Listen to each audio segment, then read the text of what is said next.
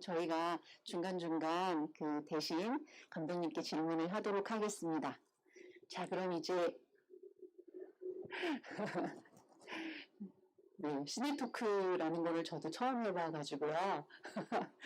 자, 정진영 감독님 33년 차 배우라고 제가 들었는데요. 맞나요? 뭐 그 정도 되는 것 같아요. 저도 잘 모르겠어요. 네. 33년 차 배우로서 그동안 수없이 많은 작품에 출연하셨을 텐데요. 감독으로서 첫 도전을 마무리한 지금 소회가 있다면 먼저 한 말씀 해주시겠습니까? 예, 6월 달에 개봉을 했어요. 개봉을 하고 지금 한 3달 지난 거죠. 글쎄, 일단 영화를 촬영할 당시 굉장히 행복했던 기억이 나고, 개봉할 때는 또 굉장히 힘든 시간들이었어요. 그 시간이 관객을 만날 때. 그래서 또 시간이 흘러서 지금은 내가 과연 무슨 일을 했나를 다시 돌이켜보는 그런 시간입니다. 네. 그러시군요.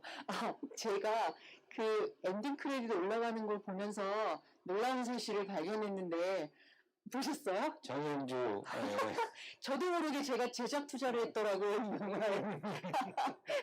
저에게도 사라진 시간이 있었나 봅니다. 이름이 똑같으신 분이셔서 깜짝 놀랐어요.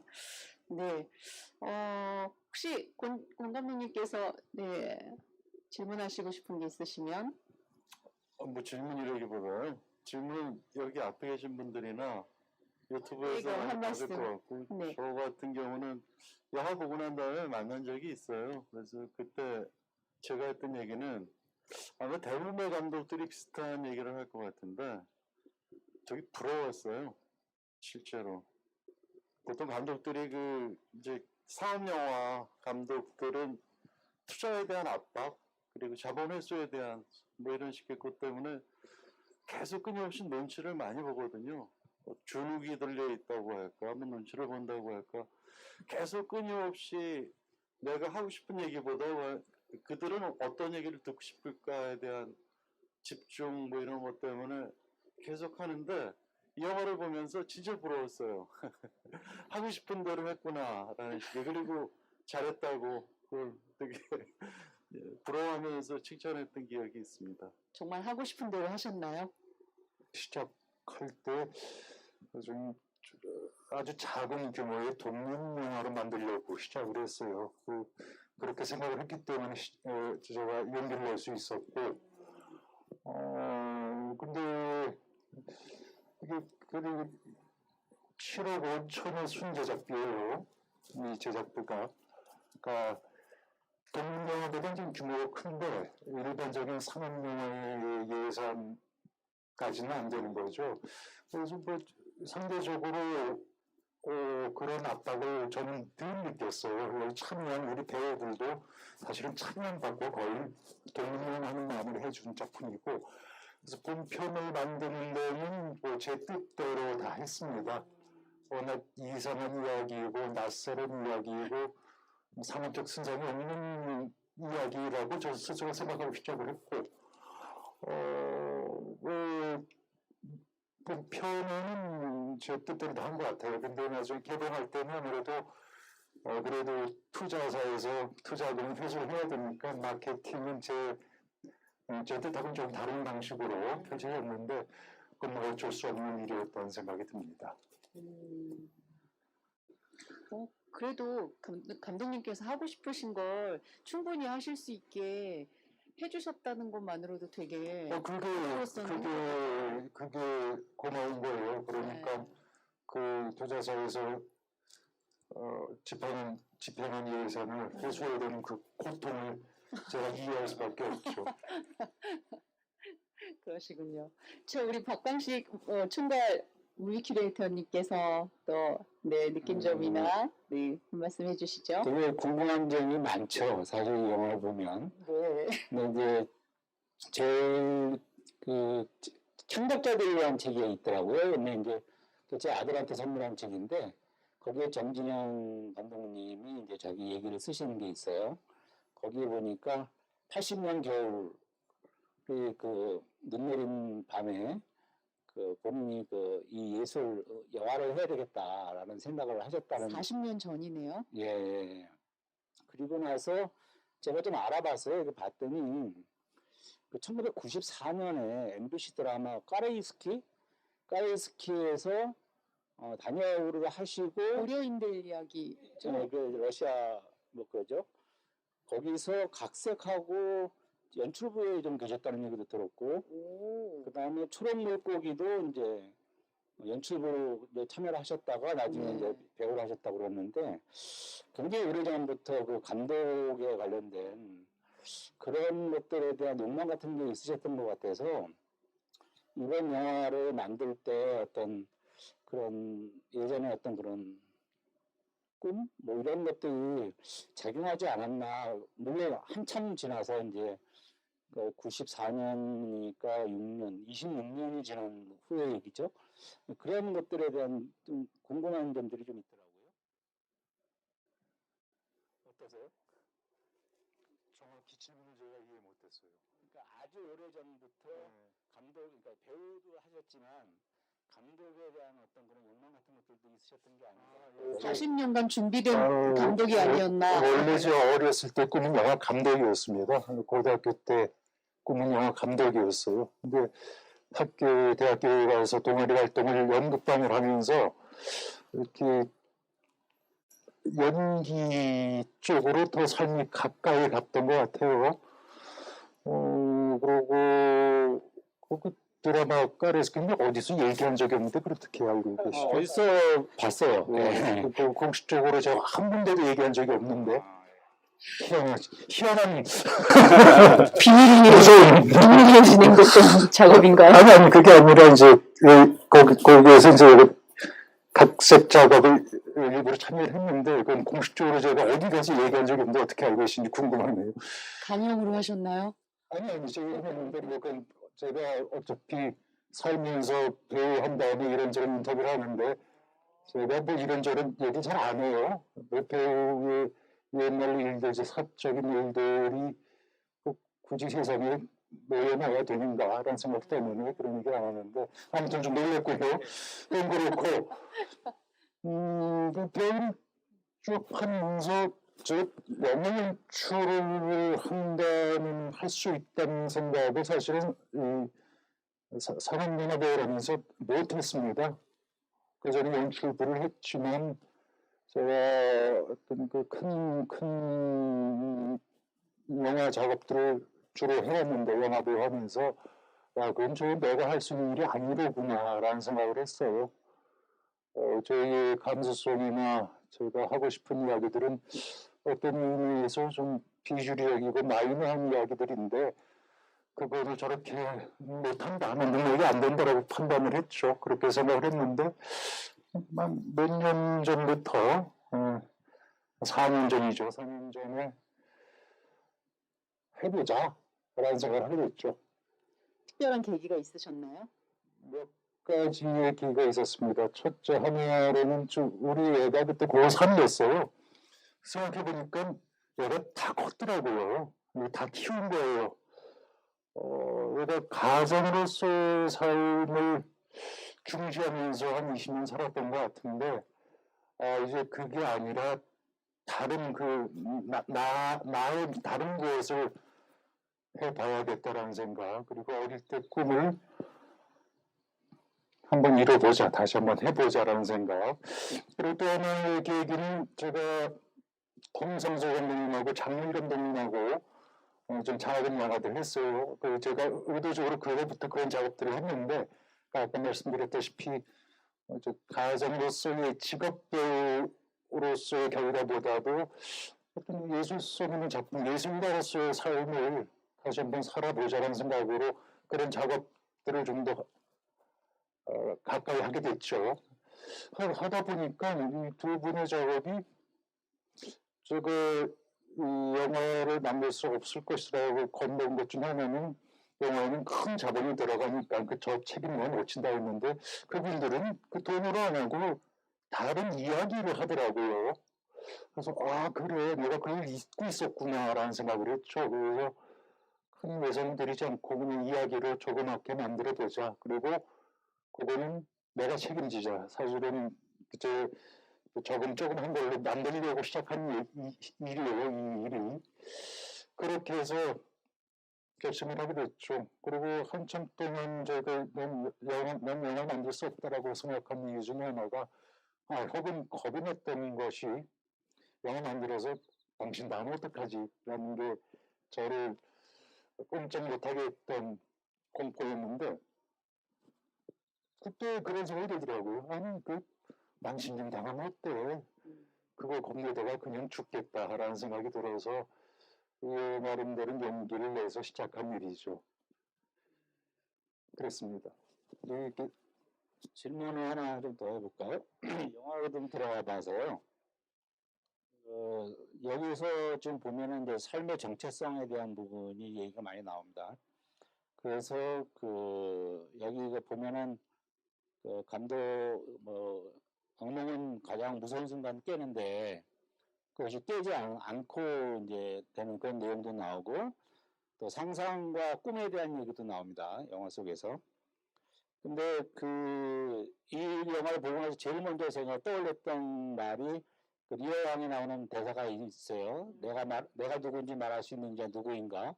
라는 그 유명한 대사가 있는데 저는 그런 생각을 좀 해봤었어요. 이게 맞는지 틀린지 모르겠는데 배우를 오래 하셨잖아요. 배우를 오래 하시면은 영화 배우 역을 맡게 되죠.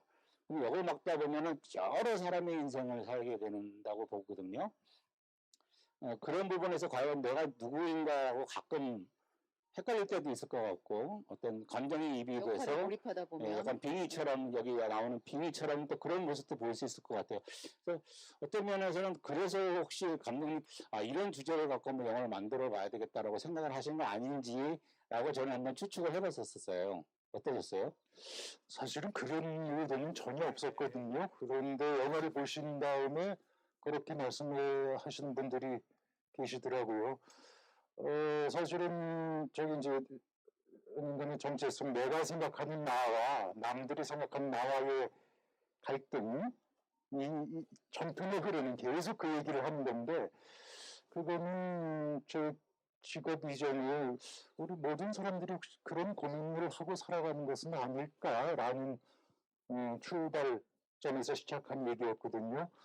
그러니까 저는 배우인 저의 삶 때문에 저런 얘기를 생각하지 않았다고 생각을 하는데 근데 그건 또 모르는 것이 어떤 이야기를 만들 때 저의 의식 속에서 논리가 만들어지는 것이 아니라 저도 모르게 다가온 이야기들이 있잖아요. 그러니까 그런 면에서 배우인 당신이 배우기 때문에 그런 얘기를 만들었을 것이다라는 해석이 결코 그건 아니다라고 얘기할 수는 없다는 생각이 듭니다. 그 영화를 만들고 사실은 이렇게 영화에 대한 주의를 하는 자리가 이게 처음이에요. 영화를 개봉할 때 기자님들하고 인터뷰를 하긴 하는데 그 영화 개봉 전일에서 여러 가지 숨겨야 될 이야기들도 있고 관객을 위해서 그때는 또 얘기를 길게 못 하거든요. 근데 오늘 이 자리가 이제 그런 첫 자리인데 영화 끝나고 개봉하고 여러 가지 비판도 있고 또 다양한 해석이 나오는데 좀 그런 생각이 들었습니다. 그러니까 그런 말씀들을 많이 하세요. 이 얘기가 이런 얘기 아닙니까?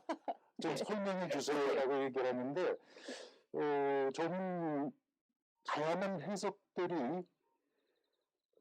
다 이 영화에 맞는 답이라고 생각을 해요. 이 영화를 만들 때 저는 이걸 선문답을 하는 마음으로 만든 영화이거든요. 근데 선문답이라는 게 사실은 영적인 어떤 감성적인 교감 있는 상태에서 주고받아지면은 멋진 답이, 멋진 질문에 그보다도 더 좋은 각자의 답이 나오는데 그것이 형성이 안 되면 이건 개소리에 불과한 거죠. 이 영화는 좀 그런 지점이 있어요. 처음부터. 그래서 이거는 제가 던진 질문에 관객분들이 각자 생각하는 답이 다 맞는 답이에요. 그러니까 감독, 이게 이런 이야기야? 라고 물을 필요가 사실은 좀 없다라고 생각을 합니다. 그런 의미에서 좀 각자 여러분들이 생각하는 그 해석이 다 맞다라고 말씀드리고 싶어요. 그 하나만 더 저는 여쭤보고 잠시만요. 싶은데, 예, 예. 네. 지금 혹시 허솔님, 네, 채팅창에 올라온 질문들 있나요? 소감이나? 아직까지 없습니다. 아, 네. 지금 저희가 하는 얘기에 다 몰입해 계신가 보네요. 네. 그런 것 같습니다. 제가 감독으로서 질문이 있습니다. 이 영화 아까 제가 보는 옆자리에서 좀 계시다가 또 없어지셨다가 했는데 개봉한 다음에 이 영화 처음부터 끝까지 계속 한 자리에서 본 적이 있어요? 집에서 한번 봤어요. IPTV 나온 다음에 이제 왜 사가지고 보셨나요, 그렇죠. 또 비싼 소장용으로 사가지고 근데 오늘도 저기서 감독님 옆에서 보다가 저 뒤에 가서 또 봤어요. 그러니까 이 공간 자체가 되게 신기하더라고요. 그리고 소리가 어떻게 들리고 어떻게 보이지라는 걸 좀 보려고 왔다 갔다 하면서 봤는데 한번 본 적이 있죠. 뭐 사실 저 같은 경우는 그 망한 사랑하기 좋은 날이라는 영화 처음부터 끝까지 다시 보게 된 게 한 7, 8년 정도 걸렸고 싱글즈 같은 경우도 한 처음부터 끝까지를 한 자리에서 본 게 한 3년 걸렸어요. 아. 여러 번 노력을 하는데 처음부터 끝까지는 못 보겠어요. 못 견뎌내고 못 참아내는 그 진짜 왜 그렇지 뭐 부끄럽고 안쓰럽고 막 여러 가지 감정이 이유도 여러 가지고 네. 감정이 하여튼 복잡하신 뭐 그랬었고요. 거죠? 그리고 또 하나 이제 감독들은 보통 개봉하면 제일 많은 시간들을 그 인터넷에 평들을 봐요. 그 관객분들이 특히 남겨주신 글들을 네. 보고 그런데 요새는 시절이 바뀌어가지고 유튜브에 워낙 많은 일반 글이 시민들도 올라오는데 아마 제가 이거 개봉할 때 저도 검색을 좀 해봤는데 요 근래 올해 개봉한 영화들 중에서 가장 많은 유튜버들이 관심을 갖고 이 영화를 각자의 방식대로 네. 해석해내고 또 자기가 옳다고 주장하고 그랬거든요. 그것들도 어떤 식으로 보셨는지 궁금해요. 유튜브를 평들을 해석들을요. 유튜브에 보면 나는 사라진 시간을 이렇게 해석했다 하고 그래서 네. 봤죠. 그중에 가장 마음에 드는 해석이 혹시 있으신가요? 아니 그게 아까 그 전에 제가 말씀드린 그건데 다 마음에 든다. 저는 이것이 답이다라고 얘기할 수 없어요. 왜냐하면 이건 선문답이기 때문에 선문답은 당신의 답을 내가 예상하고 하는 질문이 아니란 말이죠. 제가 원했던 것은 이 이야기가 극장에서 끝이 나지 않길 바랬어요. 얘기 내용이 다 끝난 겁니다, 사실은. 그런데 영화를 끝내는 형식을 취하지 않았죠.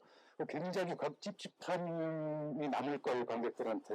네, 굉장히 거칠게 끝낸 것 같은. 네. 그런데 그건 제 의도인데, 영화가 극장에서 딱 끝냈을 때, 이건 이런 얘기겠구나, 라고 해석하고 아주 명쾌하게 극장문을 열고 나오지 않고, 영화의 마지막 순간에 제가 아무 화면이 안 나오게 깜깜한 장면을 만들어 놨잖아요. 전 그 순간에 관객들이 이거 뭐지? 무슨 이야기지? 라고 생각하길 바랬어요. 그리고 집에 가서도 이게 뭔 얘기지? 라고 생각하길 바랬어요. 도대체 그 선생님은 어떻게 된 거지? 형구, 조준우는 어떻게 된 거지? 라고 생각을 하다가 그 다음 날쯤 나는 뭐지? 라는 질문으로 가길 바랬어요. 굳이 설명을 하자면 저의 의도는 네. 모두 각자가 정체성의 혼란을 한 번쯤 겪어보기를 의도하신 건가요? 자기의 문제로 이 이야기가 전이 되기를 바랬던 거죠. 근데 그건 아마 신인 감독의 혹이었던 것 같습니다. 사실은 이 영화를 불편해하시는 관객분들 중에 대표적인 것이 바로 그 지점인데 왜 답을 안 내주고 갑자기 끝내?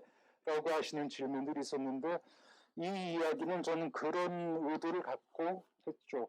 그래서 영화 형식적으로도 이게 밑도 끝도 없이 시작을 하고 갑자기 끝나요. 그러니까 이 이야기는 황당한 이야기인데 이거를 천천히 시작해서 일반 영화처럼 납득을 시키고 끝나고 자 포장해서 이렇게 이런 얘기입니다라고 한다는 게 전 이 이야기에 위배된다고 생각을 했어요. 이거는 밑도 끝도 없이 시작해서 밑도 끝도 없이 끝내야겠다. 이 찝찝함을 관객이 집에 갖고 갔으면 좋겠다라고 호기롭게 생각을 한 거죠. 지금 와서는 좀 그게 옳은 판단이었는가는 제가 좀 생각을 해보고 있는데 이 영화 할 때는 전 이게 맞는 방식이라고 확신을 하고 촬영을 했습니다. 그런 의도셨다면은 확실히 성공하신 건 맞는 것 같습니다. 성공하셨습니다. 제가 이렇게 봐도 이 영화에 대한 반응이 천재적이다. 새로운 장르를 개척했다. 놀랍다. 해석의 여지가 많은 훌륭한 영화다. 라는 찬사가 있는 반면 말씀하신 대로 끝이다. 갑자기 툭 끝난다. 난해하다. 낚였다. 심지어 내 시간이 사라졌다. 나는 이렇게 만들었으니 니들이 알아서 해석해라. 그러는 거냐? 뭐 하는 부정적인 평가도 이렇게 있어서 굉장히 그 사라진 시간에 대한 평가가 극과 극으로 존재하는 게 사실인데요. 근데 사실은 제가 시나리오 의도도 쓸 성공하셨어요. 때부터 그런 생각을 했어요. 그러니까 뭐냐면은 제가 이 시나리오는 연출을 다시 꿈꾸면서 썼던 세 번째 시나리오예요. 4년 전에 이제 연출을 다시 해봐야겠다 해가지고 작품을 하나 썼어요. 그거 썼을 때의 주요 공간이 우주선이었습니다. 그 우주선이 그때 여름 휴가로 일주일 문단다고 그래서 저 서보로님한테 그럼 나 좀 여기 좀 쓸게 해서 일주일 빌려서 첫 시나리오를 쓰기 시작했어요. 근데 그거는 제가 완성을 지었는데 버렸어요. 버린 이유가 저는 제 감수성이나 그런 것들이 좀 약간 뭐 다른 무엇이 있다고 생각했는데 놀랍게도 굉장히 관습적으로 시나리오를 쓰더라고요. 제가 썼더라고요. 읽어보니까 좀 놀랐어요. 그러면 제가 몇십 년 동안 주로 그런 작업을 하면서 저도 모르게 그거를 신경 쓰고 있었던 것을 그때 깨달은 거죠. 그 다음에 또 그 작품 버리고, 그 다음엔 절반 정도 쓴 작품이 있는데 그것도 버리고, 이 작품을 쓰기 시작하면서는 야, 그거 다 버리자. 이게 영화는 어떠해야 한다라는 생각하지 말자. 이건 굉장히 자유롭게 하자라는 생각을 시작을 했습니다. 왜냐면 이거 나를 위해서 시작을 한 건데 내가 왜 거기에 사로잡히는가 라는 생각을 하게 됐죠. 그래서 제가 마음대로 썼어요. 그리고 이 시나리오는 보통 충무로에서 영화 만들 때 많이 여러분들한테 모니터링을 하거든요. 근데 안 했어요. 한 번도. 왜냐? 모니터링하면 분명히 이상하다고 그럴 거거든. 근데 그 얘기를 들으면 제가 또 사람을 흔들리게 돼 있어요. 이게 이상해? 영화 같지 않아? 라는 얘기를 들으면 흔들릴 것 같아서 아무에게도 안 보여줬어요. 이거 굉장히 외골수적이고 무모한 건데 이건 그냥 날 것 그대로 가야겠다라는 생각으로 했고 또 실제적으로 제 뜻대로 현장에서도 만들어진 거고 결과물도 그러한 셈이죠.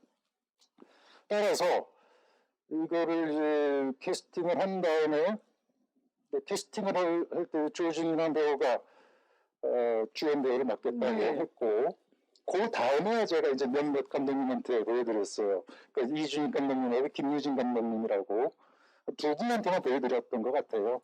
우리 그 7명한테도 안 보여줬어요.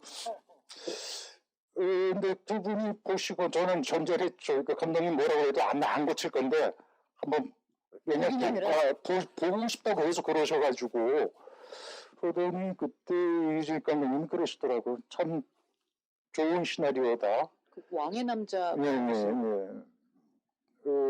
멋진 이야기다. 그러나 영화가 만들어지면은 이해 못해서 화내는 사람이 많을 거다.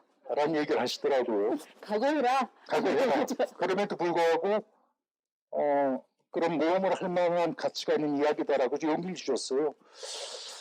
좀 사실은 이 지금의 반응들을 어느 정도는 각오를 하고 만든 즐기고 영화이죠. 계신 면도 결코 즐길 수 없습니다.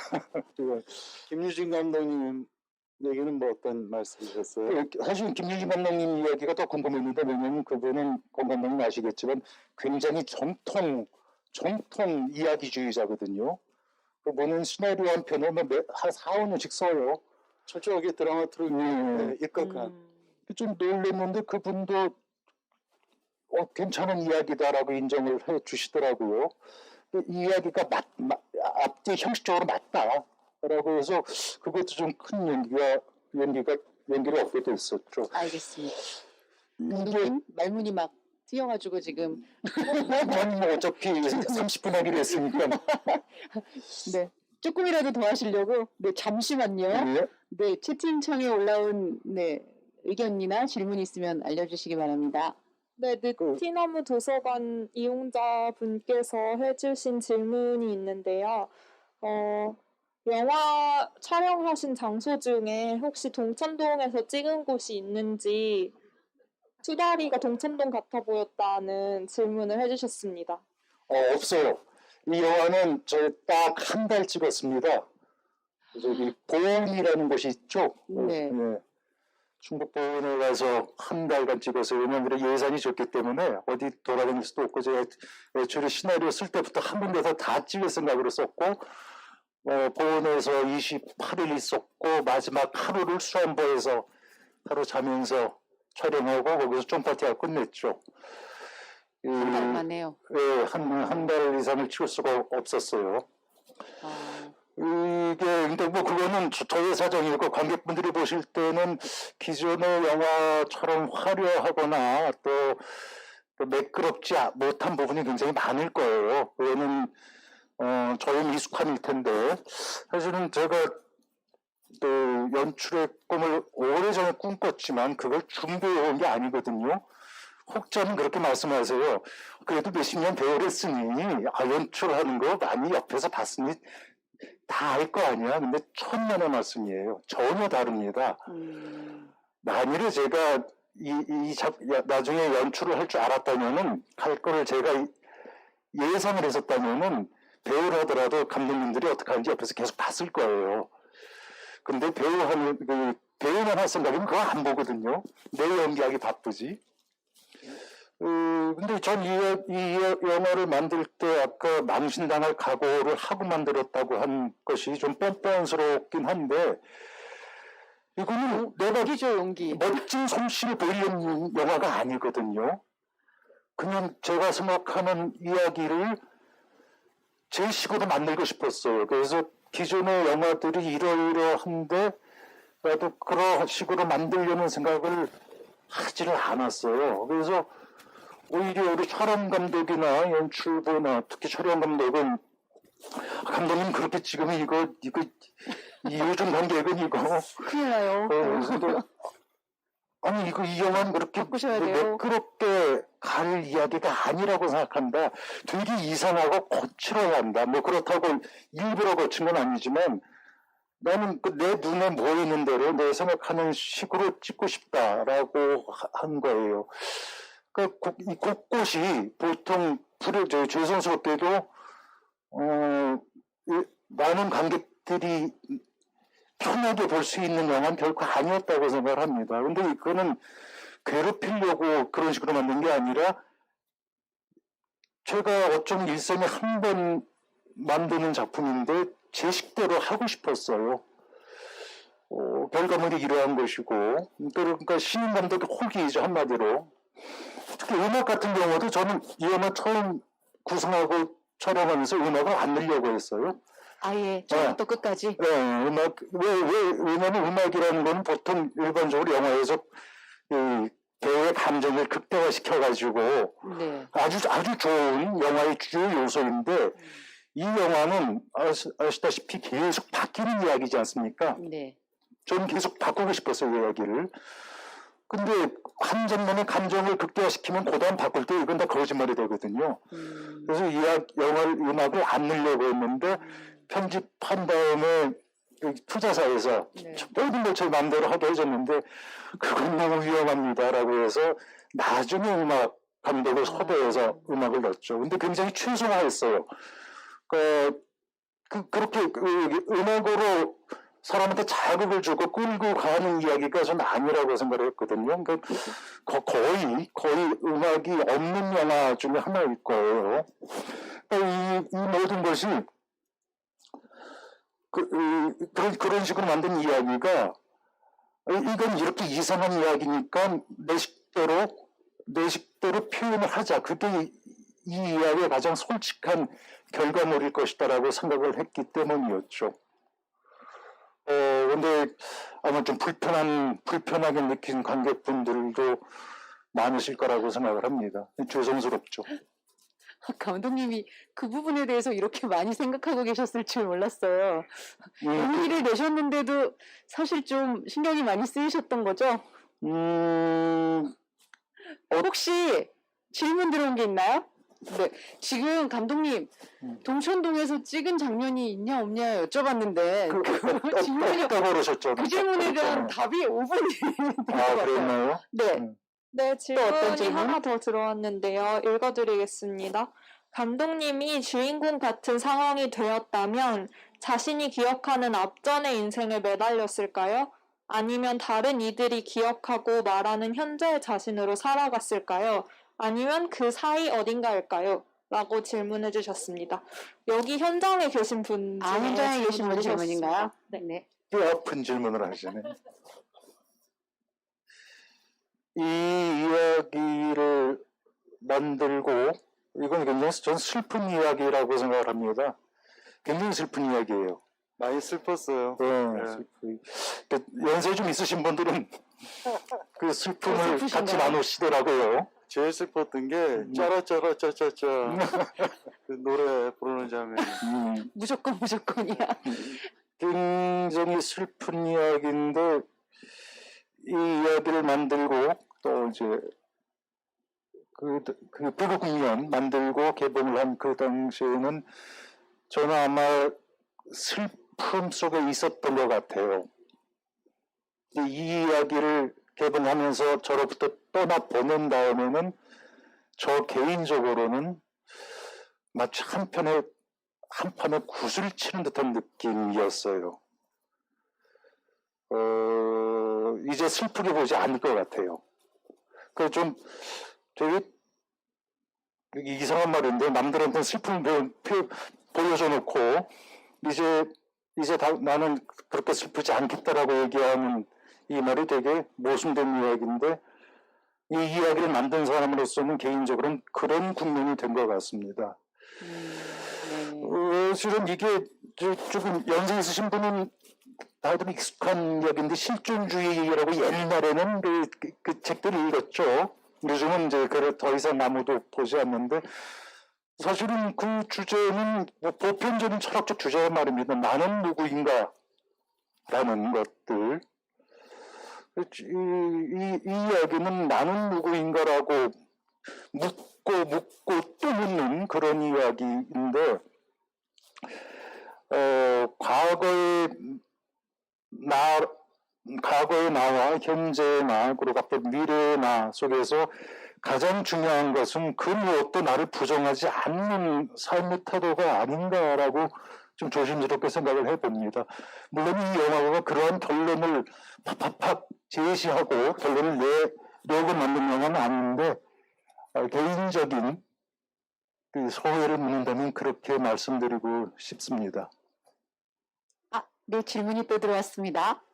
네, 한 가지 더 들어왔는데요. 감독님 말씀에서 아직도 열정이 묻어나오는 것 같습니다. 그 열정은 어떻게 계속될 수 없나요? 지침 없이 라고 질문해 주셨습니다. 예, 이제 안경을 벗어야겠어요. 제가 원래 자꾸 소리죠. 뭐 볼 때는 안경을 써야 되는데 앞에 어차피 깜깜해서 아무것도 안 보이니까. 열정, 글쎄요. 누구에게나 다 열정이 있는 거 아닐까요? 근데 저는 고맙게도 제가 하고 싶은 일을 계속 하면서 산 셈이거든요. 배우라는 일. 그리고 그렇게 하면서 살 수 있었고, 제가 특별히 더 잘나서 그런 게 아니라 제가 하고 있는 이 계통의 일이 열정 없이는 지속될 수가 없어요. 의무감이나 혹은 보호상 때문에 이 일을 계속할 수는 없는 직업이라고 생각해요. 홍 감독님 잘 아시겠지만, 그러니까 우리 직군이 그래요. 그래서 그런 열정을 새로운 걸 하고 싶고 뭔가 도전해보고 싶고 그런 마음은 우리 예술 쪽에 일하는 사람들은 다 그런 마음을 갖고 있죠. 다들 그런 마음이 있죠. 근데 그걸 이제 발현시킬 기회가 없거나 혹은 여러 가지 이유 때문에 망설일 이유들이 자꾸 생기니까 펼치지 못하시는 거겠죠. 근데 뭐 보면은 오늘 이렇게 3회째 나전 머네 영화제를 보면서 이 영화제 만든 사람들은 굉장히 열정 있는 사람들 아니에요?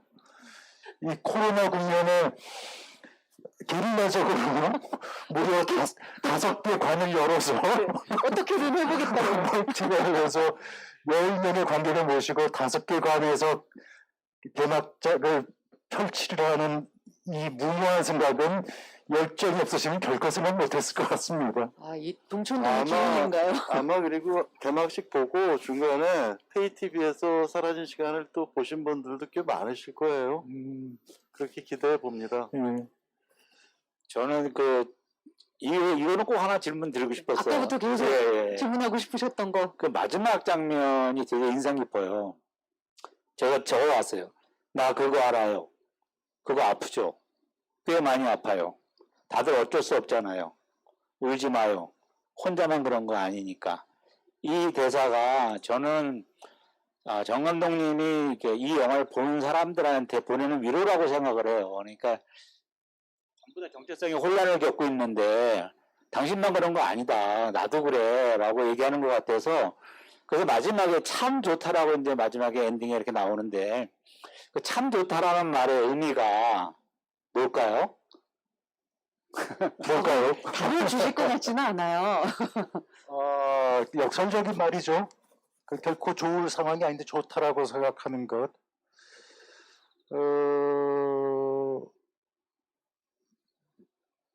이 영화의 원래 제목, 제가 지었던 제목은 그 말과 관련이 있습니다. 제가 원래 생각하고 시나리오에 썼던 제목은 네. 매일 힘을 주는 말이었어요. 그 국어 시간에 아이들이 그렇죠. 읽었던 그건 실제로 그 초등학교 교과서에 있는 챕터의 제목인데 우리가 사실은 살면서 기쁜 일도 있지만 슬픈 일도 있고 부조리한 일도 많고 하지만 그럼에도 불구하고 이 세상에서 살아가게 만드는 힘은 어떻게든 이 상황을 견뎌야 한다 혹은 좋게 받아들이면서 또 무언가를 만들어 가야 한다는 의지와 용기 아닐까요? 그런 면에서의 역설적인 의미에서 참 좋다라는 말을 저는 만든 거죠. 지금 코로나 국면에 정말 이 황당한 국면에서 너무 괴로워 절망적이야라고 살면 우리가 어떻게 살아야겠습니까? 어쩔 수 있나 이거 이겨야지. 그래 참 좋다라고 버텨야지만 이 코로나 시대를 이겨나갈 수 있지 아니면 살기가 힘든 거 아닐까요? 그런 의미에 참 좋다였습니다. 네. 질문 있으세요? 네. 어떻게 마이크를 전달해 주세요. 어쨌든 꿈을 이루신 거 축하드리고요. 고맙습니다. 재미있게 봤고요. 동천동의 흔적 막 이런 걸 막 누군 찾은 것 같은데 영화 중에 마을 사람이 EDL EU 그거 입으신 거 아세요? 마을 사람만이 알아볼 수 있는 알죠? 그거 제 옷인데. 그래요? 의도식으로. 나도 내가 제 아이디어 아니었습니까? 물론 여기 지금 관객분 중에 질문 다 끝나신 거죠? 네, 그래서 그게 의도가를 하신 건지. 아, 예. 그럼 이제 영화 속에 예, 감독이 의도 없는 건 없어요. 모든 걸 다 생각을 해봐야 되기 때문에. 어떤 의도신지요? 아, 그건 사실은 이제 그 의도라는 게 거창한 게 아니라, 그 역을 맡으신 배우분이, 성인자요. 근데 되게, 도시적으로 생기신 분이에요. 덩치도 그렇고. 네. 그래서 옷을, 뭘 입어도 교수님 같아. 시골 사람 같지 예, 않아요. 예. 제가 그 옷을 한번 써보리라라는 생각을 하고 가져가긴 했었죠. 근데 사실은 우리 요즘 모니영화제 동천동 주민 중에서 이유학교 학부형 아니신 분이 많으니까 굳이 설명드리자면은 이유학교 학부형 아빠들이 하는 축구 모임이 있어. 그 우리 EDL이라고 하는데 거기에 우리 학년의 제 축구 유니폼이었습니다. 근데 그 옷을 쓰는 이유는 뒤에 제 아이디가 나그네예요. 나그네라고 한 이유는 저 사는 게 결국 내가 주인이라고 사는 게 별로 안 맞는 것 같아요. 아하. 주인이면 이 세상을 다 내 거라고 좌지우지하려는 오만함이 생기고 난 잠시 이 세상 어딘가에 빌렸다가 왔다 가는 나그네가 아닌가라는 생각을 많이 해봅니다. 그리고 그것이 이 영화의 맥락하고도 다른 면이 있고, 그래서 그 옷을 입었죠. 아마 근데, 보신 수많은 관객 중에서 얼마나 수가 많을지 모르겠지만, 그것을 아시는 분은 우리 학교 분들만 아시겠죠. 뭐 또, 약간 그것도 재밌는 구석인 것 같습니다. 네. 아, 네. 지금 감독님도 하시고 싶은 말씀이 많으시고 또 관객이나 저희들도 나누고 싶은 이야기가 많아서 지금 네, 토크가 생각보다 꽤 길어졌는데요. 그래도 지금 저도 굉장히 질문할 게 많아요. 혹시 한 가지씩만 더 하실 말씀 있으시면 해주시고 질문도 네. 뭐 질문은 아니고요. 하여튼 지금 유튜브에 댓글로 영화 평과 질문 같은 걸 남겨주시면 나중에 또 소화가 돼서 정지영 감독님이 나중에 또 답변을 주실 것 같아요. 어느 자리에선가. 개별적으로 답을 주실 네. 건가요? 개별은 안 되고요. 그리고 저 같은 경우는 사실 영화 감독은 좀 최대한 빨리 하라고 얘기를 해요. 이른 나이에 네. 시작하라. 뭔가 좀 모를 때 해야지, 저질르듯이 해야지, 생각이 너무 많아지면 좀 힘들어지고, 또 뭐 첫 번째는 다 용서가 되는 거니까. 그랬는데, 이번에 늦게 시작하셨다 근데? 이렇게 길게 준비를 한 사람이 이런 영화를 만들었다는 건 대단한 용기라고 전 생각을 하고 있고요. 또 하나는 뭐, 지난번에 만났을 때도 한번 얘기를 했는데, 부탁이죠. 최대한 빨리 두 번째 영화를 만들어라. 또 그 첫 번째 영화 사이가 그 이유가 너무 길어지면 또 마찬가지예요. 생각이 많아지고. 그래서 저는 두 번째 영화를 빨리 하려면 자기가 시나리오 쓰면 안 돼요. 남의 시나리오 써가지고 남의 시나리오 갖고 영화 만들면 좀 쉬운 게 현장에서 스태프들이 좀 그 시나리오를 편하게 대해줘요. 각본 감독인 사람한테는 좀 어렵거든요.